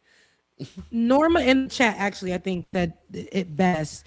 Dark humor is one thing, but context matters. The roast did not display dark humor, but cheap shots poorly disguised as humor. And I can agree with that. I think that's just, I don't care. I think back then things were able to just slide, right? We're not in the slide. But the skates are off. I don't ice skate. I don't rollerblade no more. I hardly, get on the bike as much as I used to. Baby, I'm standing 10 toes down. In like, you don't get to do any of that. Because if I give you if I give you an inch, you're trying to take a mile, how Black Americans say, right? You don't get that mile. You don't, because then tomorrow, your bald-headed son, is coming up in school, looking at his friends and saying nigger jokes. Speaking of using George Floyd as an example. But we've already seen this time and time again, right? Suicide is a big thing happening right now in our community. It just is. I think that I understand how roasts go. I do. And I get how comedians can be dark. I've seen it. We the ones that are, oh, it's okay. Like, I've seen it. And I've seen people do worse, right? But there's a time that we can call it out and be like, hey, it's kind of like read the room. Not that joke. We can go with another one though. So y'all ain't had no material that you had to pull out of y'all behinds. Somebody's name that we're still saying currently. Knowing that suicide to me is a very deep-seated issue in our community. It's a huge issue right now where a lot of people are taking their lives. I was just talking about, we got these fake speak to people, who want to go off the ledge. We're trying to really build a community that makes sense for us in this department. I'm pretty sure Cheryl took that dig and when they said, oh, you were able to take that, Cheryl, Netflix special for you. Right. I absolutely hate Cheryl for me, because I think that she's so amazing, and every platform she's been on, they've tried to paint her out to be something that I don't see her as. And I just don't like that it just had to look. And mind you, I like Cheryl Underwood. I don't like when Black women have to be in rooms where they kind of shrink themselves. I don't even think her roast was coming off as I know that she can do. We know Cheryl can go there. We know Cheryl can look at these people and start reading them off. And it didn't give that to me. Yeah. She held herself back, but she got Netflix special out of it. Granted, she did. Now, don't get me wrong. Cheryl went up there and did her big one. Like she Right? probably had one of the best roasts that night. She really Oh, did. yeah? Oh got 'em? hell yes, she did. Yes, she did. She didn't hold back any punches. It, She didn't. it was a But lot. I felt like I'm like, it just gave safe. I know Cheryl can get there, but to me, it just and it wasn't. And maybe, like I said, maybe it's just me. Maybe I'm too emotional, right? Maybe I'm too emotional about what's happening in the earth, in the world. But I was just like, girl, it's not funny, and you funny. Like it's not. But again, she got a Netflix special out of it. So there we go. I'm pretty sure Cat Williams is gonna have his. I know he signed a deal. I think he got one more special to do with Netflix. I'm not sure, but everybody got. They're gonna have their stuff. Kevin Hart, to me, do we see him at legendary status right now? Like, is he considered a legend? I'm not even sure. Time has flew by so quick. I feel like I'm not sure. Yeah, I think the scale and the size of his work puts him in the category. Does he though? I mean, because honestly, my whole thing as well was like, to be real, And there's no shade. I was just trying to wonder. There's no shade. And He's still what is built. this even the He's point great. of the He's roast huge. for him? Yeah, he's He huge. I don't think he was ready for that yet. Look, everybody else that's been roasted. I mean, Justin Bieber was roasted. I mean, come on. It's been a few people that have been roasted. It's just like, bro, Who made like, this roast why? thing? Like, who made this thing? It's just like a public display of like. Roast actually started back in the 70s, 80s. Like Fred, what's his name? Red Fox? Fred Sanford. Yeah, Red Fox. They used to do stuff. The lady that's on there, you know what I'm talking about, Ben. Older lady. What is her name? And give me 2 seconds. Yeah. Okay. But yeah, they used to do roast as well too back in the day in the 70s. And from what I understand, it was like they were bad. Like, oh, okay. Aunt Esther. They say she used to go in on the people back in the day.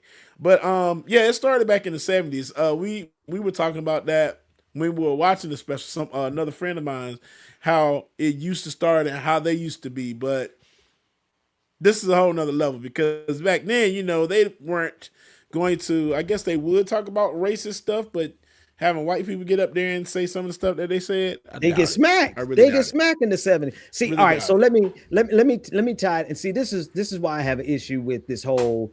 It's just comedy. It's right, but there's a strategic. Have y'all been following this thing about this boy Chud the Builder? So don't get me started because I haven't seen anything quit about him. Instagram. I mean, quit Twitter because I'm sick of seeing this man and all the bullshit that he's been causing. Well, he's under arrest and he's got a $1.25 million bail. Rebecca, it's a guy whose content based on free speech is to go around and harass black people as they're working and call them the N-word, hard ER, and say it's about free speech. So listen just to a quick sample. Oh, go ahead, James. I was about to say, and it's not only people that's working. You can be in the middle of the street and he'll just walk up to you. And I'm not even going to say the word on camera, but hey, ER. And he was like, oh, and the people get upset and mad. So basically being provoked. And then he's like, oh, look at you chimping out. Out, just like you want to. Oh my just God. Like an I N-word. saw that in the comment section and I died. I said, yes. Oh, so that's what they're saying people are doing, chimping out? Chimping out. So then he carries a gun and he carries a mace. So when the black people approach him and try to do something, and I've been following this guy. I remember the first video I seen. Absolutely disgusting, y'all. And then reading the comments from some of these other races under there that are just like, oh yeah, he's cool.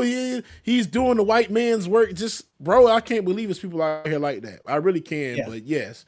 But yeah, this dumbass all over the place, but now he got exactly what his ass deserved, a $1.5 million bail. Yeah, but he was arrested for shooting somebody, and we got video of that as well. But shooting somebody? Yeah, and himself, stupid ass, and himself because he couldn't handle his own gun. But listen to his work. I just want you to hear. Okay, no, that audio is too horrible. I ain't playing that one. But okay, the whole here it is. Let's watch this one then.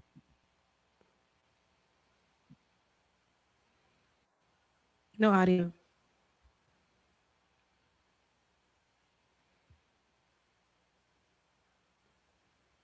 No audio, man. Yeah, no audio. No audio. Okay, sorry. So, at the end of the day, he ended up shooting somebody and shooting himself, and then he got hit with a $1.2 million bond. So he's up. How did he get to shoot somebody? What was it something that he did where he called It somebody was, in the ER as well? is exactly what it was. He was out filming a video, and here's a video of him.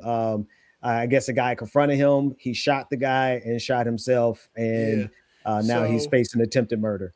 So he claims that he said something like this. Him and the guy got into an altercation because he was already going to court anyway. So the builder was, but he said the black guy snuck up and sucker punched him, and then that's when he retaliated and shot the gun. So he's trying to claim self-defense, but brother, it's not gonna work like that for the simple fact that you already posted stuff online that said you somebody like chipping out and feel like I'm gonna shoot somebody, something like that. So now all your stuff is gonna make it seem like this was all premeditated. So, but yeah, when I saw everything yesterday, he shot the dude. Thankfully, the guy survived. He got shot in the torso, but he survived. But ended up shooting himself, grazing himself in the arm as well too. So it felt so good seeing that man in the courtroom. It felt so good. The look on his face, bro. It's like, you ignorant. You know what? That's what you deserve, bro. You deserve everything. I hope that I hope on everything that the prosecution brings in this thread that I had with him where I roasted him. I said, I encourage him, keep streaming live, bro. Because when it inevitably happens, somebody gonna get him. He's safer now because he's in jail. You can't go around doing that to black folks, to anybody. And he wrote you. And he said, go ahead. He said, when I inevitably shoot one of you animals for threatening an American's life or solely exercising his constitutional freedoms, you people love seeing each other's die. Stay tuned. Right? That's evidence, bro. You walking around talking about what you're going to inevitably doing against black what? folks. And then he told you that he blew the brain. He almost blew. Yes. Holy Spirit. Yeah. Like, Becca, if I swear you would be absolutely disgusted if you saw any of his clips, man. Just looking at this part, but it's literally, I'm about to delete my Twitter all because of this. I don't even want to see this, man. And seeing the people that with the response and everything underneath his comments or his posts, how they're just like, yeah, you should shoot these monkeys dead all over the place. It's just like, I can't believe it's 2026 and y'all acting like we back in the goddamn 1800s. Yep. Like, that's what y'all want. Or the 1900s. Or the 1900s. Yeah. Okay. Like, it's a few years ago. So here's premeditated. When I inevitably shoot one of you animals, please, prosecution, let me send that evidence over there. I'm about to turn state. I don't like no prosecutors. I'm gonna send it over there too. And I'm about to say, man, if you go click on this page now, I'm sure there's something else in there between the last few days or so that claims the same thing. Right. Hang on. No, you guys just blew my whole, because this person, and this is why I get mad about any person who is a clear person, an unmelanated person, somebody that looks like Eric Kirk, anybody.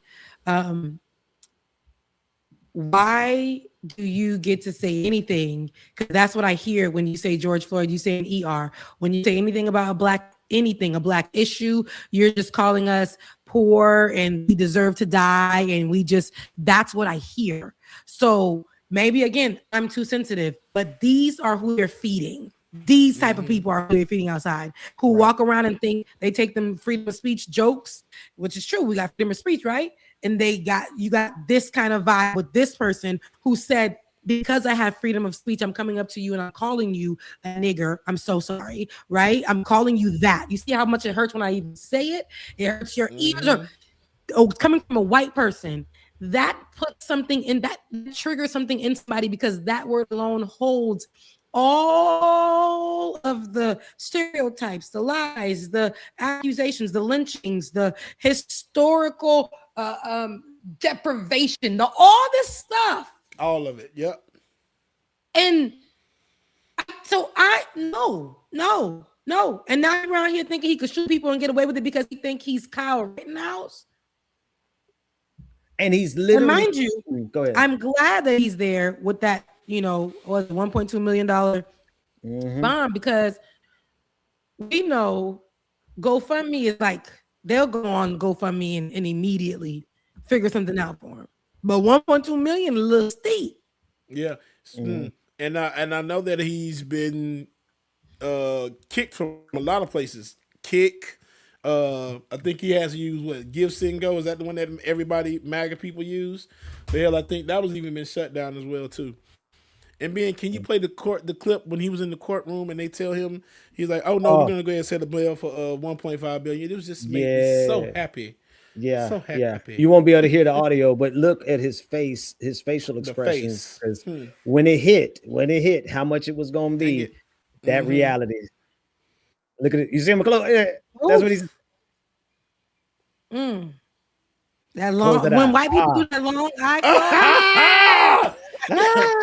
You up now, beast. For a year, honey. It's hitting. That long, that man passed out. Like, girl, your soul left your body. Baby, that thing gone.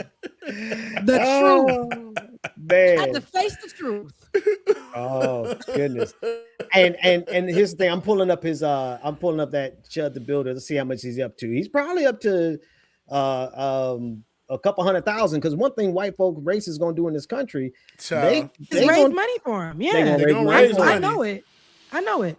Yeah, but right now it's saying it's over $200,000. He's raised over $200,000 for his GoFundMe is what I'm seeing online right now.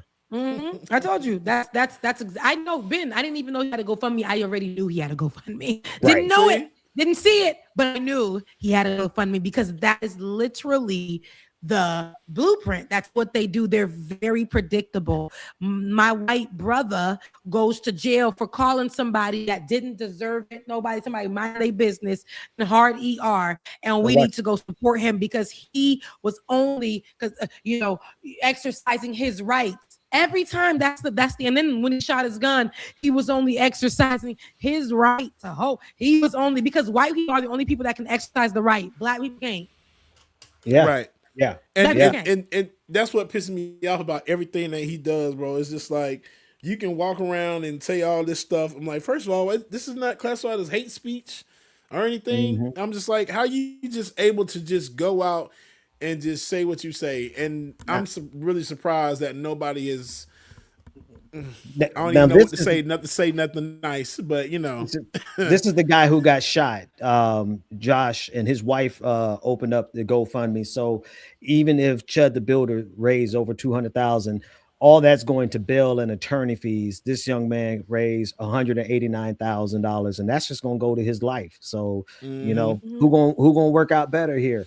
Because it's going to take that trial is going to take at least a year. To a murder trial, you talking about a good $200,000-$300,000 in legal fees, depending on the attorney you get. So good luck, Chud.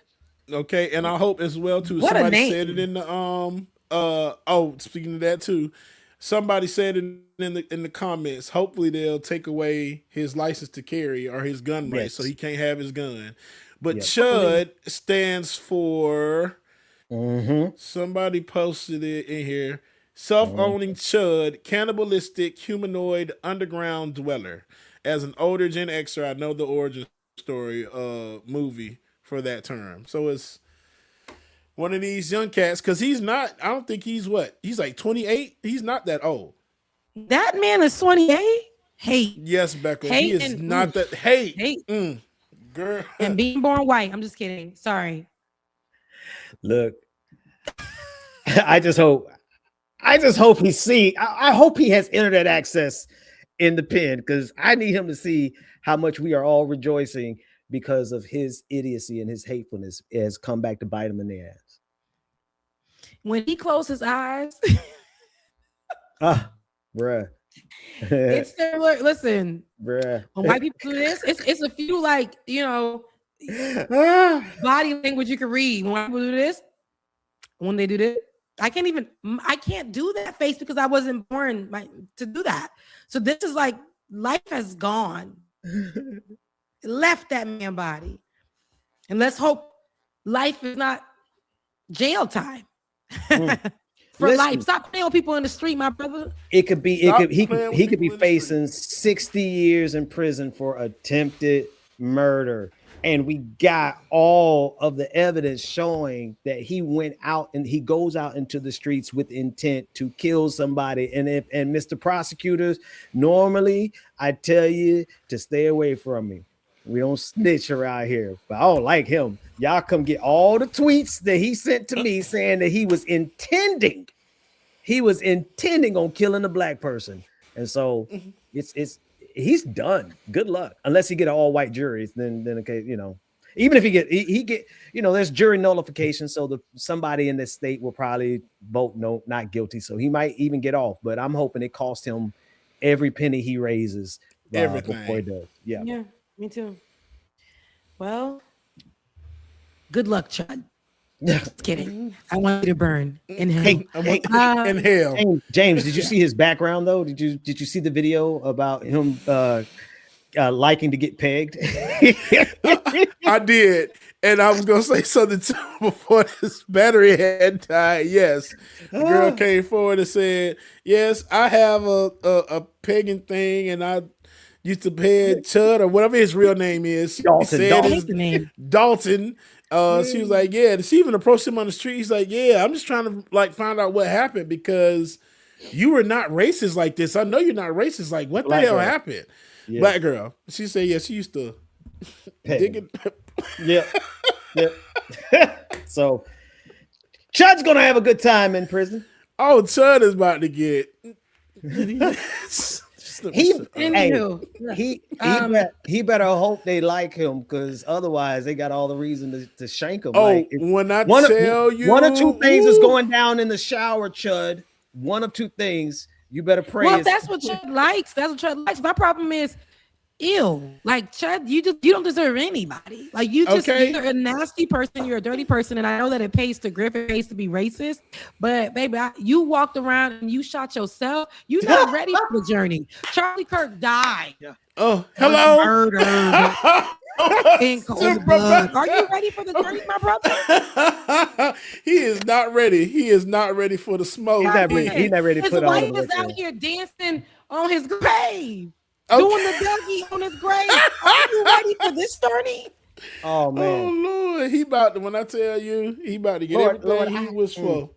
Lord, please, Jesus, I don't ask for a lot, but let my tweets come up in the trial, because here they all are. Every bit of intent is Thanks right for the here. Blackie. Blackie. Food stamps. When this is what, and you see what I'm saying? This is what I heard at the roast. That's what I feel like I was hearing. White people saying anything can, like, that's all I heard. After that, it was done. Not, hey, Mr. Prosecutor. I just cause look, I'm gonna run down to the courthouse, say, here's the evidence, Your Honor.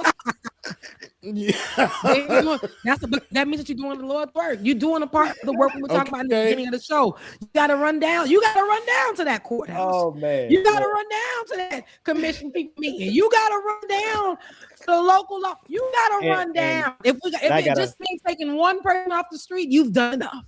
I gotta run down to this protest too, y'all. All right. And we're at the end of the show. It is my birthday. All right. So I'm not going to see out here. Rather talk about you at all. Your girl is going to leaving. I'm getting out of here. But thank you guys so much for super chats. We're going to go through super chats now. Laura Strada, I thank you. Grand Rising, everyone here. We love you, Laura. Again. Thank you, Laura. Love you. Mean it. Laura, once again, happy birthday, Rebecca. You are so celebrated. Thank you. I feel celebrated. Happy belated, gorgeous. You age like fine wine. Absolutely breathtaking, Rebecca. Thank you so much. Fine wine. What else we got here? Sheila, thank you so much. Happy birthday. Hope you enjoyed your day. I did. I all I did was go touch, some dirt and some flowers, and I went to go dance my little legs right off yesterday night. Thank you so much, Omega Star. Happy birthday. Glad to see you. I'm so glad to see you too. Thank you so much for joining in. Put that Cash App put that Cash App in the chat real quick so I can put it up on the screen. We're gonna do we're gonna do what pastors know how to do. I don't do it often, but we're gonna do it. James, when's your birthday? Not to December, child. We got a while. It's December. Okay. No. I just want to make sure because we do it for everybody. I remember his birthday because we do a thing for it every year. We make sure, and he goes on vacation sometimes. That's he went right. to Universal last year. Yeah, Disney. Disney. Yeah, Disney. Yeah. Becca's Voice. I need everybody. It says we got 270 people across all the platforms, right? Hey. So I need 27 I'm glad people. we have that. I need 27 people in the audience to send $10 right now over to Sister Rebecca Azor's Cash App. 27 people, $10 each. And y'all, as a matter of fact, let's do what are you 36 this year? Yes, I'm 36. So I need 36 people to send $10 each. And those of you who can't send $10 each, I need you to send $5. If you can't send $5, then send $3.60. But we're going to celebrate our sister today. Do what y'all can to celebrate Rebecca Azor on her birthday. Cash App, $ Becca's Voice. Y'all know what to do. Thank you guys so much. I'm so happy, to again have been here. I love you guys so much. And I'm just gonna go and take a nap. Your girl tired. I want to actually thank Mark. Thank you so much, Mark. I received yours on PayPal as well. So, but I thank you guys. Hey, I love you. Mean it.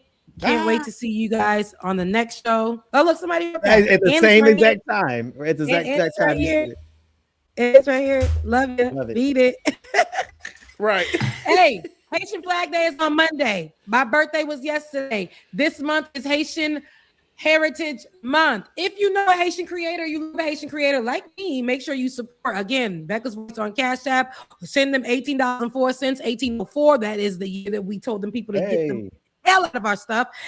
Or make sure that you just share, like, subscribe, post, comment, do all the things because we got to make sure that we're pushing out every creators. I just specifically want to shout out our Haitian creators because I want us to definitely be in part of the conversation as well. All right, guys. I know you got to go out. You got to go out and make a difference. Make that change. Make that change.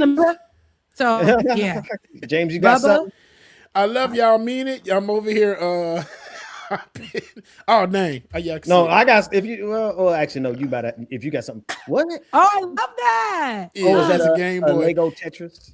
Game Boy. I've been like, let me celebrate a little bit of this while we're doing this. Yeah, got my addiction, child. He was very focused on it. I was. Even when I was talking, I'm like, yeah. So when I was, my bad. I've seen it. You ain't got no respect for people. I love you guys. I love you. Thank you for the birthday love. Love y'all. Bye. See y'all next time, everybody. Work that we're doing here is not going to stop when it comes to these type of discussions. It's going to be for us and by us here on this platform when the media is telling us to look the other way. Your support is what helps us move forward. Join patreon.com/like it or not. Help us grow. Like it or not, y'all. Y'all know what time it is. It's time for like it or not. Let's start this damn show. Yes, it's time for like it or not. Rebecca Azor. Let's start this damn show like it or not. Rebecca Azor is in the house. You know she got a funny story to tell. Talking politics, culture, a real life ish. I live in life in the ATL.